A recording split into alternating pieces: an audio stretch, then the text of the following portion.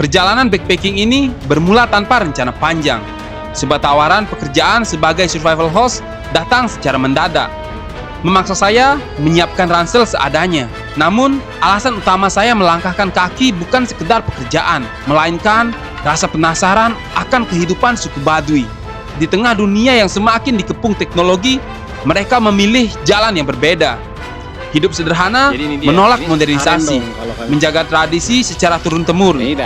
Sepanjang perjalanan menuju kampung mereka, saya merasa seperti melintasi lorong waktu, meninggalkan kebisingan kota, memasuki dunia yang lebih hening dan lebih jernih.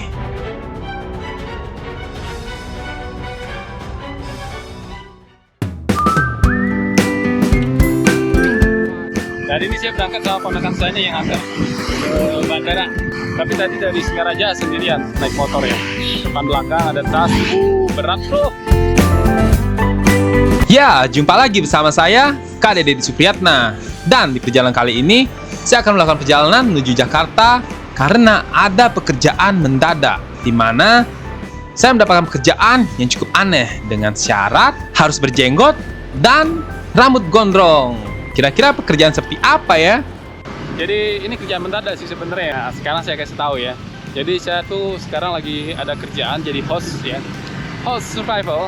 Jadi itu untuk nge-host survival orang-orang Inggris. Saya baru nyampe bandara Ngurah Rai Denpasar ya. Dan ternyata kita nggak boleh masuk sampai ke dalam banget dulu. Jadi jalannya lumayan jauh nih. Jadi saya lupa juga ya kalau motor nggak bisa masuk ke sana. Tadi sampai muter-muter ya nyari jalan. Masuk yang mana jalan masuk muter? Ternyata cuma nyampe parkir. Ya udahlah, lumayan lah untuk peregangan otot ini sebelum nanjak nanti. Akhirnya, saya sudah mendapatkan tiket keberangkatan saya. Dan sekarang waktunya menuju gate yang sudah ditentukan. Karena pekerjaan yang saya dapatkan ini sangat mendadak, saya pun merencanakan perjalanan yang cukup mendadak juga. Jadi, setelah saya menuntaskan pekerjaan yang saya lakukan, saya akan melakukan kegiatan backpacking dari Jawa menuju Bali. Karena persiapan yang cukup mendadak, tentu saja tempat-tempat yang akan saya kunjungi masih menjadi misteri. Jadi sekarang saya baru aja nyampe Jakarta dan sekarang mau ambil bagasi dulu. Besok baru kita mau ke pulau terpencil yang ada di sana. Itu Pamujang Island ya di sana. Nanti kita coba main-main di sana. Udah gitu lagi 2 hari ke sana lagi. Kegiatan ngapain? Nanti kita kasih tahu.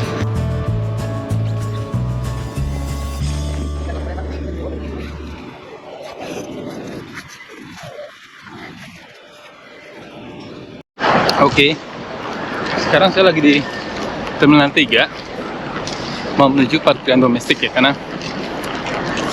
penjemput ada di sana ternyata. Jadi kayak yang di sini mobilnya khusus taksi doang, taksi online sini. Sekarang kita cari, lumayan jauh nih jalannya ya. Guys, tapi saya udah lega lah, udah nyampe Jakarta ya. Dan lagi besok nih naik perahu ke pulau, nggak tahu mabuk atau enggak. Jadi baru ketemu sama bapaknya yang jemput. Ya, makasih Pak. Wah banyak Pak. Lagi. Ya, habis itu langsung backpackeran ke Bali lagi. Baliknya. Balik lagi. Iya.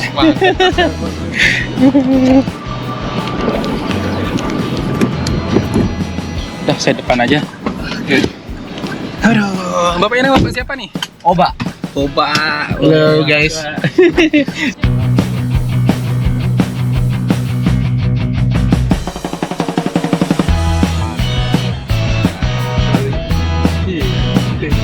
Dan sekarang, waktunya bagi kami untuk bergerak menuju Serang. Untungnya, kali ini kami tidak terjebak dalam situasi macet. Dan kami segera sampai di Tol Serang.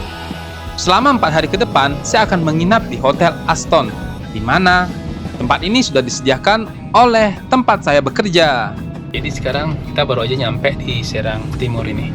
Tapi dari sini kita harus perlu jalan lagi sekitar 5 km Pak ya? Betul. Nah, jadi sekitar 5 km lagi 10-15 menit lah kurang lebih nanti nyampe lah di tempat penginapnya.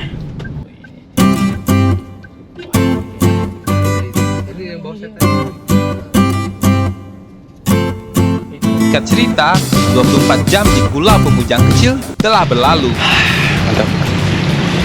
Bersantai dulu di atas hemok di pinggir pantai. Matahari lagi cakep-cakepnya. Pagi ini, aku dibangunkan deburan ombak yang lembut. Pulau kecil ini masih terbungkus sisa embun semalam.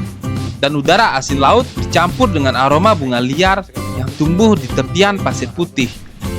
Di kejauhan, garis langit mulai berubah warna. Dari biru gelap ke jingga muda. Lalu berubah menjadi keemasan yang hangat yang perlahan membelah batas-batas samudra. Gimana malamnya Bang Agus? Dapat malam tidur yang nyenyak Minyak banget ya, banget. tapi bangun berkali-kali ya. Dapat bangun karena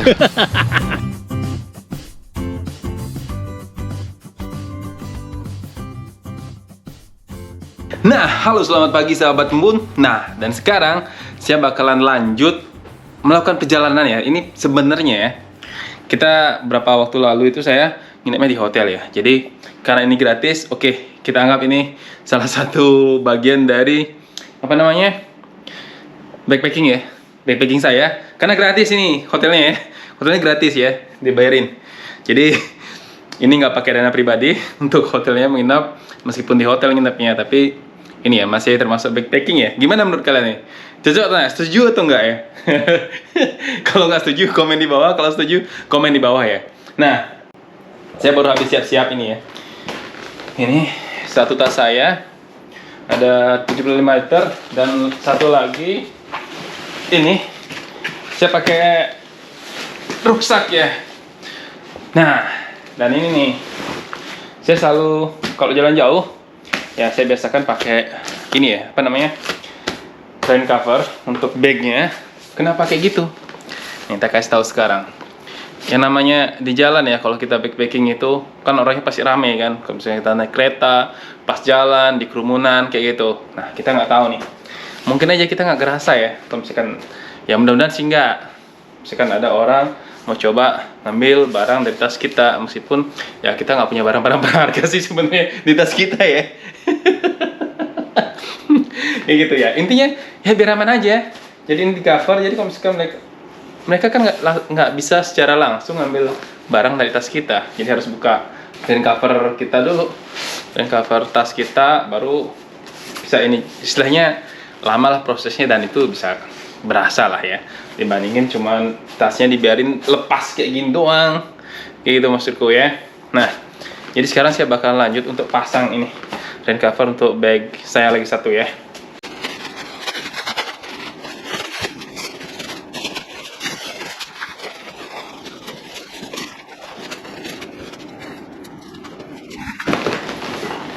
Nah, oke. Jadi ini ya salah satunya cara biar aman tas kita. Kalau misalkan lagi di jalan nih, kita tutupin pakai rain cover ya. Oke. Wih, berat banget tasnya. Sekarang saya rencananya mau berangkat naik kereta ya menuju Jakarta. Di sana di Jakarta ketemu temen, yaitu Bang Dimas dari Gawa Project Parang Belukar. Nah, kalian pasti tahu kan Parang Belukar sama Parang Pesisir. Ntar, jadi kita udah janjian. Ntar dia bakalan jemput saya di stasiun kereta. Nanti kita main ke tokonya. Tapi hari ini saya nginepnya ya masih di hotel sih, tapi hotel murah ya. Nah, ini sekarang saya mau check out dulu dari hotel. Tapi ntar nunggu Grab juga buat jemput ya setelah check out. Karena saya belum pesen Grab nih. Pulang kemana? Mau jalan-jalan keliling Pak, keliling Jawa. Tapi aslinya Dari Bali. Wah. Aslinya. Dan kerja kembali di sini. Ayo Pak. Jadi sekarang pulangnya ini backpackeran. Dan sekarang ini kita mau berangkat ke train station Serang. Nanti dari train station Serang saya bakalan lanjut untuk naik kereta ke Bintaro.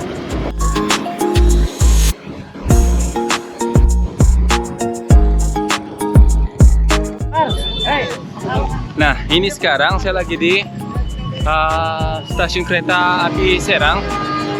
Ini dia.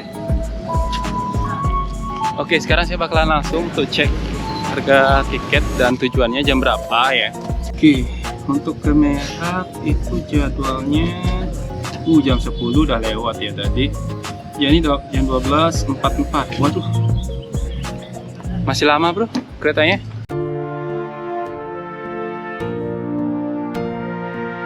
Dan sebenarnya, tadi pagi saya sudah sempat mengecek jadwal kereta dari internet. Dan ternyata setelah sampai di stasiun kereta, jadwal yang ada di stasiun 1 jam lebih cepat dari apa yang sudah tertera di internet.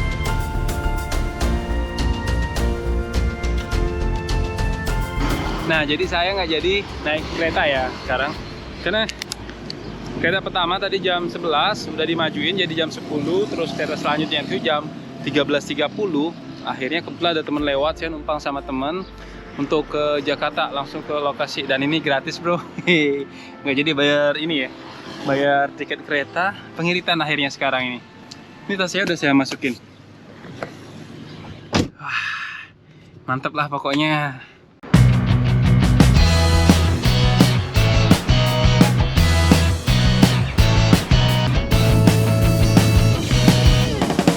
Saya baru nyampe ini di mana? Di Taro Utama 1. Oh iya nih, ada teman saya nih namanya Bagus. Woi, sambil nih, Bagus gimana? Becek. Woi, sini ada Bang Amar ya. Amar. Oke, jangan lupa Bang nonton nanti ya. Siap. Sampai ketemu nanti lain waktu ya. Wah. Yuk.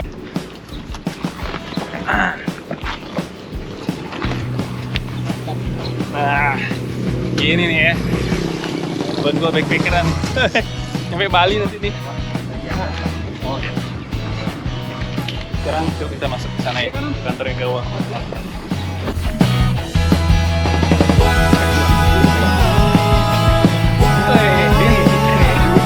Hey, gimana? Sehat, bro. Halo, udah lama ketemu nih. Gimana kabarnya nih, Bang? Sehat. Perjalanan jauh ya? Wah, deket sih. Deket ya? Naik mobil jadinya, malah. Iya. Ayo masuk. Ini dia. Pakainya dulu. Duduk. Iya. Kita membahas banyak hal, mulai tentang kegiatan survival, camping, dan kegiatan aktivitas luar ruangan lainnya. Dan topik utama yang kita bahas kali ini adalah tentang pisau. Tapi topik pisau ini tidak akan saya bahas di video ini. Karena kalau misalkan topik pisau ini saya masukkan di video ini, perjalanan ke suku Baduy tidak akan pernah nyampai.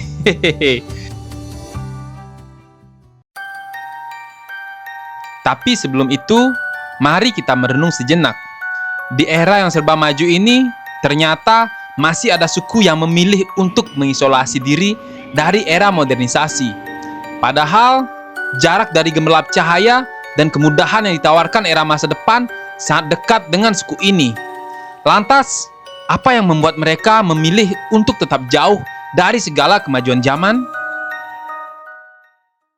Wih, ini sekarang saya lagi di Sate Mak Syukur ya. Ini salah satu sate legend ya. Sudah dari sejak 1941, bro. Lo bayangin, 1941 ya. Indonesia belum merdeka, udah ada nih Sate Mak Syukur nih ya. Sate Padang, ini dari dagingnya daging sapi ya. Daging sapi, ini daging sama lidah. Jadi bumbunya kuning ini ya. Dan ini mirip sama bumbu sayur yang di Bali. Lupa apa namanya. Ramanan. Nah, jukut ramanan. Jadi kalau jukut raman tuh bumbunya juga kuning gini juga, pakai tepung beras. Dan itu berasnya emang dari beras beneran kan? Ditumbuk sendiri. Sampai jadi bubuk gitu ya? Bukan dari mesin ya. Jadi tumbuk ya. Beneran gini. Gini juga warnanya kuning, cuman kalau rasa mungkin beda ya, karena tergantung pembelian rempah-rempah yang dipakai kan. Rempahnya juga beda. Oke, sekarang kita langsung aja coba. Sikat bro, sini mau gue pegang coba. ini. Nah, pegang itu.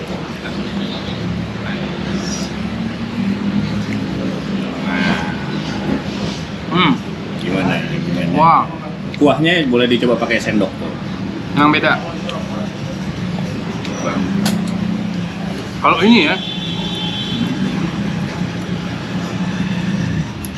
Dari rasa, bumbunya ini lebih mirip ke bumbu gulai kambing. Bumbunya Ya, bumbunya. Cuman bedanya, ini dikasih gulai kambing itu dikasih rempah. apa istilahnya? Tepung ini ya buat nguntelin. Tepung berasnya. Ya, ya. Itu. Gua nih ya. Oke. Benar. Mantap ya. Mantap nih. Enak banget. First try. Sate Padang Mak Syukur. Ini cabangnya banyak. Woi, mantap. Di sini salah satunya. Dan ini adalah salah satu sate, bukan salah satu, sate legend dari Padang. Nah, 1941 bro, Indonesia belum merdeka ya, ini udah ada. Udah ada ini. Mantap. Selamat menikmati, beli. Iya. Mantap. Mantap.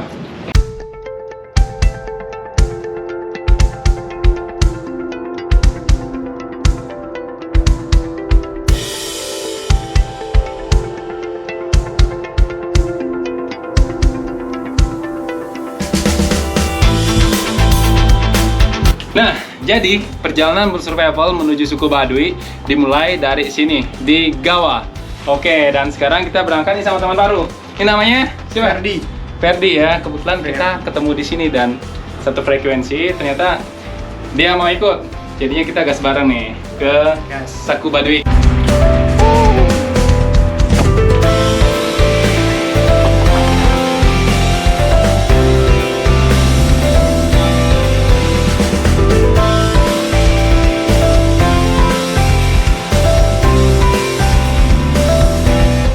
Dan ini sekarang saya baru aja nyampe di terminal Pondok Ranji. Nah, kita startnya dari sini menuju Rangkas Bitung ya. Kita baru aja masuk stasiun Pondok Ranji. Jadi tadi gue nggak tahu kalau udah lama juga gue naik kereta ya. Ternyata pakai kartu bro sekarang ya. Jadi gue kira beli tiket kayak dulu gitu. Jadi kita dikasih tiket sampai mana gitu kan. Ternyata udah pakai kartu doang.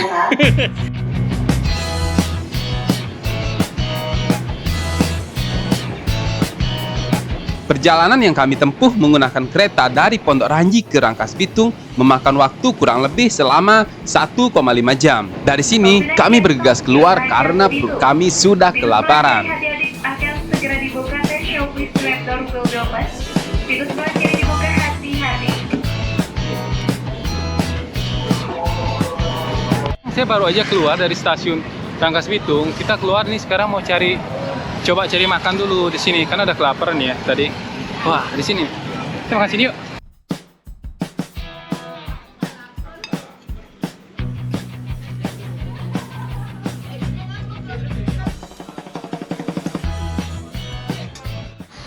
Nah, jadi sekarang kita baru aja nyampe di rumah teman.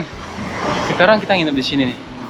Kita tidur di sini ntar malam dan besok pagi kita bakalan lanjut cari ke terminal ya. Terminal dekat dari sini terminalnya.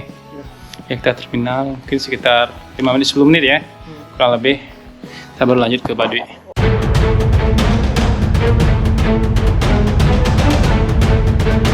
Perjalanan kali ini sudah semakin dekat dengan suku Baduy.